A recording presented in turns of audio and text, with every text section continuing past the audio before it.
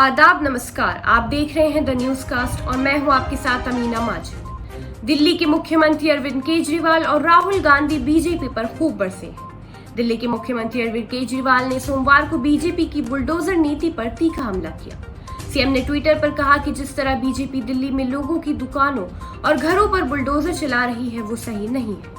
उन्होंने इसे स्वतंत्र भारत की सबसे बड़ी तबाही बताते हुए कहा कि 63 लाख लोग बेघर हो जाएंगे क्योंकि बीजेपी उनके घरों या दुकानों पर बुलडोजर चला सकती है। बाद में पत्रकारों से बातचीत में केजरीवाल ने कहा, दिल्ली में अतिक्रमण के खिलाफ एमसीडी बुलडोजर चला रही है, लेकिन दो बातें जरूरी है। एक, दिल्ली के 80% हिस्सा अतिक्रमण के दायरे में आ जाएगा। दूसरा ये कि लोगों द्वारा अपने कागजात दिखाने के बाद भी बुलडोजर चलाए जा रहे हैं।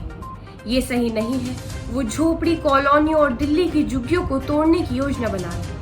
उन्होंने आरोप लगाया कि बीजेपी ने झुग्गी झोपड़ियों में घर उपलब्ध कराने का वादा किया था और वो इसके बजाय बुलडोजर लाए हैं। बीजेपी ने एमसीडी पर 15 साल राज किया और अवैध इमारतों का निर्माण किया।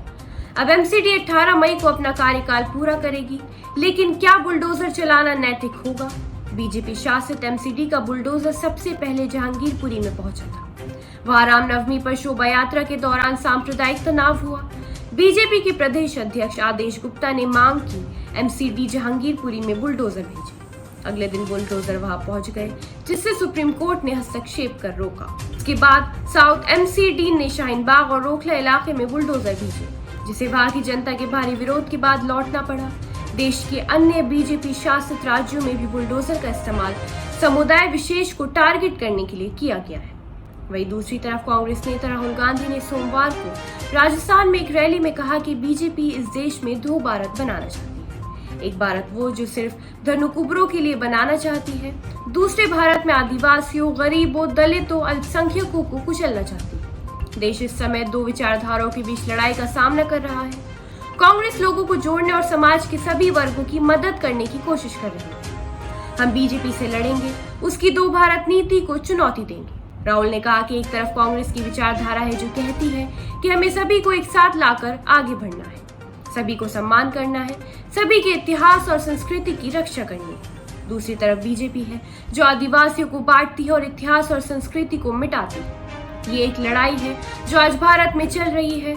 हम लोगों को जोड़ते हैं, वो लोगों को विभाजित करते हैं। हम कमजोरों की मदद करते हैं, वे चुने हुए बड़े उद्योगपतियों की मदद करते हैं। उन्होंने कहा, हमें दो भारत नहीं चाहिए, हम एक ऐसा भारत चाहते हैं जहां हर किसी को अपने सपनों को पूरा करने का मौका मिले। कांग्रेस नेता ने कहा कि कांग्रेस और आदिवासियों का रिश्ता बहुत पुराना है और गहरा भी है। हम आपके इतिहास की रक्षा करते हैं, हम आपके इतिहास को मिटाना या दबाना नहीं चाहते हैं। यूपीए सरकार के दौरान हम आपकी जमीन, जंगल और पानी की रक्षा के लिए एक ऐतिहासिक कानून लाए थे। राहुल गांधी ने कहा, बीजेपी सरकार ने हमारी अर्थव्यवस्था पर हमला किया है। पीएम ने नोटबंदी और गलत जीएसटी लागू किया, इससे हमारी अर्थव्यवस्था को तबाह कर दिया।